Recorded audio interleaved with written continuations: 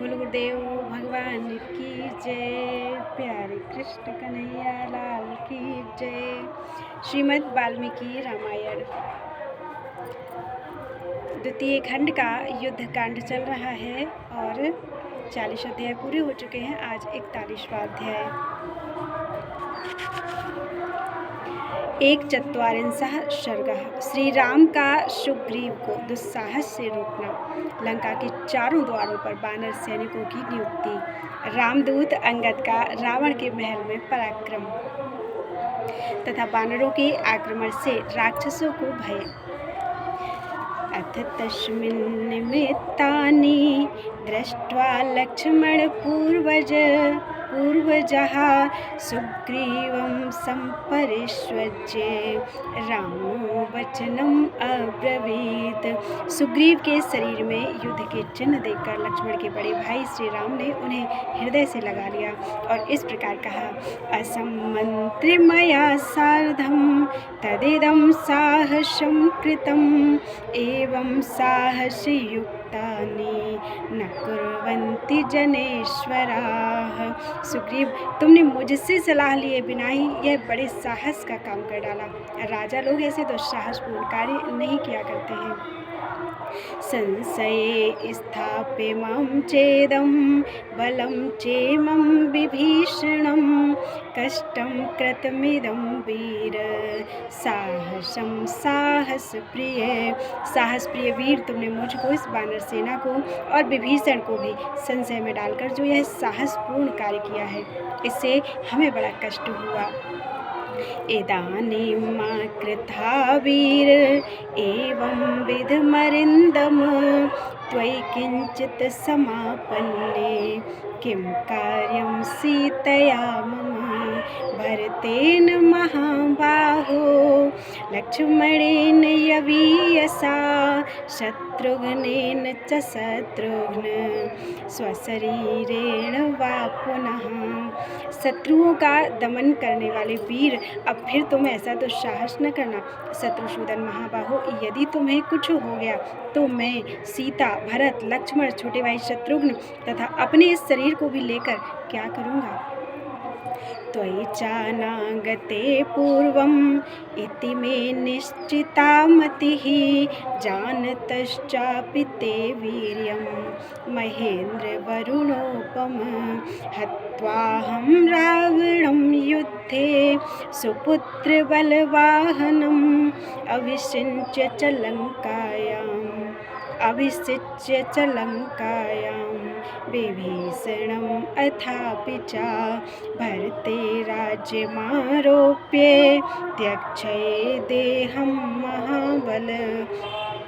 महेंद्र और वरुण के समान महाबली, यद्यपि मैं तुम्हारे बल पराक्रम को जानता था, तथापि जब तक तुम यहाँ लौटकर नहीं आए थे उससे पहले मैंने यह निश्चित विचार कर लिया था कि युद्ध में पुत्र, सेना और वाहनों सहित रावण का वध करके लंका के राज्य पर विभीषण का अभिषेक कर दूंगा और अयोध्या का राज्य भरत को देकर अपने इस शरीर को त्याग दूंगा। तमेवं वादिनं रामं सुग्रीवः प्रत्यभाषत तौ भार्यापहर्तारं दृष्ट्वा राघव रावणं मर्शयामि कथं वीर जानन विक्रमात्मनः।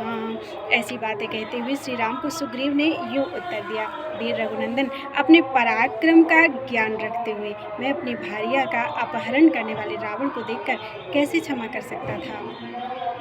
इत्येवं वादिनं वीरम् अभिनन्द्य च राघवः लक्ष्मणं लक्ष्मीसम्पन्नम् एदं वचनम् अब्रवीत्।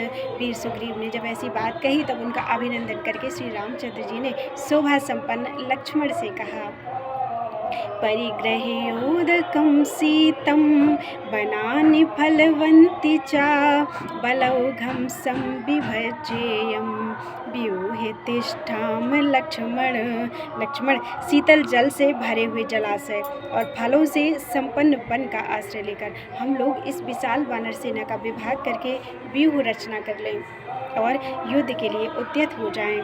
लोकक्षयकरं भीमं भयं पश्याम्युपस्थितं निर्वहणं प्रवीराणां ऋक्षवानररक्षसाम्। इस समय मैं लोक संहार की सूचना देने वाला भयानक अपशकुन उपस्थित देखता हूँ, जिससे सिद्ध होता है रीछों, वानरों और राक्षसों के मुख्य वीरों का संहार होगा। वाता हि परुषं वान्ति कंपते च वसुंधरा पर्वताग्राणि वेपन्ते नदन्ति धरणीधराः।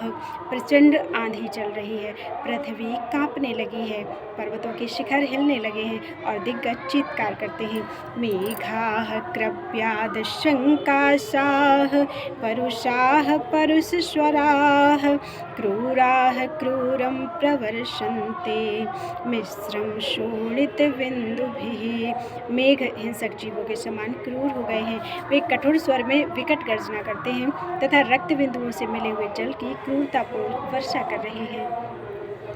रक्त चंदन शंकासा संध्या परम दारुणा ज्वलच्च निपतत्येदाद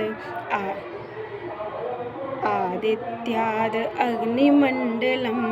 अत्यंत दारुण संध्या रक्त चंदन के समान लाल दिखाई देती है। सूर्य से यह जलती आग का पुंज गिर रहा है।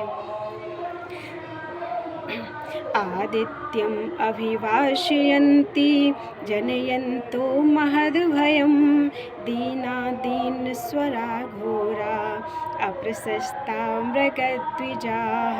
निषिद्ध पशु और पक्षी दीनता सूचक स्वर में सूर्य की ओर देखते हुए चीत्कार करते हैं। इससे वे बड़े भयंकर लगते हैं और महान भय उत्पन्न करते हैं। रजन्याम प्रकाशश्च संतापयति चंद्रमाः कृष्ण रक्तांशु पर्यंतो यथा लोकस्य संक्षये। रात में चंद्रमा का प्रकाश क्षीण हो जाता है, वे शीतलता की जगह संताप देते हैं। उनके किनारे का भाग काला और लाल दिखाई देता है। समस्त लोगों के संहार काल में चंद्रमा का जैसा रूप रहता है, वैसा ही इस समय भी देखा जाता है। ह्रस्वोरुक्षो अप्रशस्तश्च परिवेशः सुलोहितः आदित्यमण्डले नीलं लक्ष्मण दृश्यते। लक्ष्मण सूर्यमंडल में छोटा, रूखा, अमंगलकारी और अत्यंत लाल घेरा दिखाई देता है। साथ ही वहाँ काला चिन्ह भी दृष्टिगोचर होता है। दृश्यन्ते न यथावच्च नक्षत्राण्यभिवर्तते योगांतमिव लोकस्य पश्य लक्ष्मण संशति। लक्ष्मण, ये नक्षत्र अच्छी तरह प्रकाशित नहीं हो रहे हैं, मलिन दिखाई देते हैं। यह अशुभ लक्षण संसार का प्रलय सा सूचित करता हुआ मेरे सामने प्रकट हो रहा है। काकाः सेनास्तथा गृधा नीचैः परिपतन्ति च शिवाश्चाप्य अशुभा वाचः प्रवदन्ति महाश्वनाः। कौवे, बाज और गीध नीचे गिरते हैं, भूतल पर आकर बैठते हैं और गीदड़ियाँ बड़े जोर जोर से अमंगल सूचक बोली बोलती हैं। शैलैः शूलैश्च खड्गैश्च विमुक्तैः कपिराक्षसैः भविष्यत्यावृता भूमिम्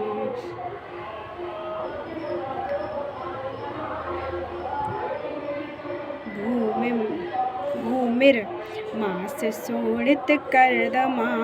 इसे सूचित होता है कि वानरों और राक्षसों द्वारा चलाए गए शिलाखंडों, सूलों और खड्गों से यह धरती पट जाएगी और यहाँ रक्त मांस की कीच जम जाएगी। क्षिप्र मध्य दुराधर्षां पुरीं रावण पालितां अभियाम ज्वेनैव सर्वतो हरिभिर्व्रताः।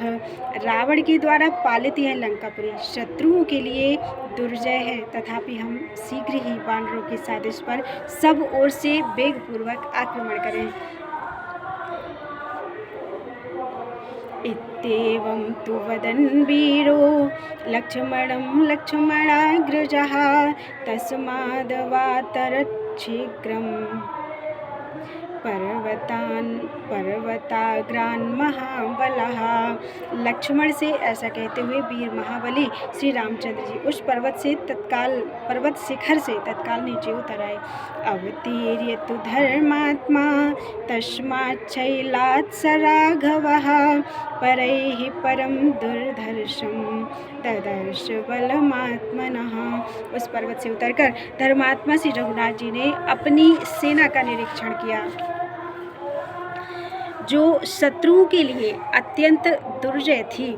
सन्नह्यतु सुग्रीवः कपिराज बलं महत् कालज्ञो राघवः काले संयुगायाभ्यचोदयत्। फिर सुग्रीव की सहायता से कपिराज की उस विशाल सेना को सुसज्जित करके समय का ज्ञान रखने वाले श्री राम ने ज्योतिष शास्त्रोक्त शुभ समय में उसे युद्ध के लिए कूच करने की आज्ञा दी। ततः काले महाबाहुर्बलेन महतावृतः प्रस्थितः पुरतो धन्वी लंकामभिमुखः पुरीं। तदनंतर महाबाहु धनुर्धर श्री रघुनाथ जी उस विशाल सेना के साथ शुभ मुहूर्त में आगे आगे लंकापुरी की ओर प्रस्थित हुए। तं विभीषण सुग्रीवौ हनुमान् जाम्बवानलः ऋक्षराजस्तथा नीलो लक्ष्मणश्चान्वयोस्तदा। उस समय विभीषण सुग्रीव हनुमान ऋक्षराज जाम्बान नल नील तथा लक्ष्मण उनके पीछे पीछे चले। ततः पश्चात् सुमहती प्रतरनक्षर बनौकशां प्रच्छाद्य महतीं भूमिम् अनुयाति स्म राघवम्। तत्पश्चात ऋषियों और वानरों की वह विशाल सेना बहुत बड़ी भूमि को आच्छादित करके श्री रघुनाथ जी के पीछे पीछे चले। शैल श्रृंगाणि शतशः प्रवृद्धाश्च महीरुहान् जग्रहु कुंजर प्रख्या वानराः परवारणाः। शत्रुओं को आगे बढ़ने से रोकने वाले हाथी के समान विशालकाय वानरों ने सैकड़ों शैल शिखरों और बड़े बड़े वृक्षों को हाथ में ले रखा था। तौ त्वदीर्घेण कालेन भ्रातरौ राम लक्ष्मणौ रावणस्य पुरीं लंकाम् अशेदतुर्रिन्दमौ। शत्रुओं का दमन करने वाले वे दोनों भाई श्री राम और लक्ष्मण थोड़ी ही देर में लंकापुरी के पास पहुंच गए। पताका मालिनीं रम्याम् उद्यानवनशोभितां चित्रवप्रां सुदुष्प्रापाम् उच्चैः प्राकारतोरणाम्। वह रमणीय ध्वजा पताकाओं से अलंकृत थी। अनेकानेक उद्यान और वन उनकी शोभा बढ़ा रहे थे। उसके चारों ओर बड़ा ही अद्भुत और ऊंचा परकोटा था। उस परकोटे से मिला हुआ ही नगर का सदर फाटक था। उस परकोटे के कारण लंकापुरी में पहुंचना किसी के लिए भी अत्यंत कठिन था। ताम सुरैरपि दुर्धर्षां राम वाक्य प्रचोदितां यथा निदेशं संपीड्य न्यविशन्त बनौकसः। यद्यपि देवताओं के लिए भी लंका पर आक्रमण करना कठिन काम था, तो भी श्री राम की आज्ञा से प्रेरित होकर वानर यथास्थान रहकर उस पुरी पर घेरा डालकर उसके भीतर प्रवेश करने लगे। 32 श्लोक हुए हैं। 41वां सर्ग अभी पूरा नहीं हुआ है, इसे कल पूरा करते हैं। बोलो वृंदावन बिहारी लाल की जय।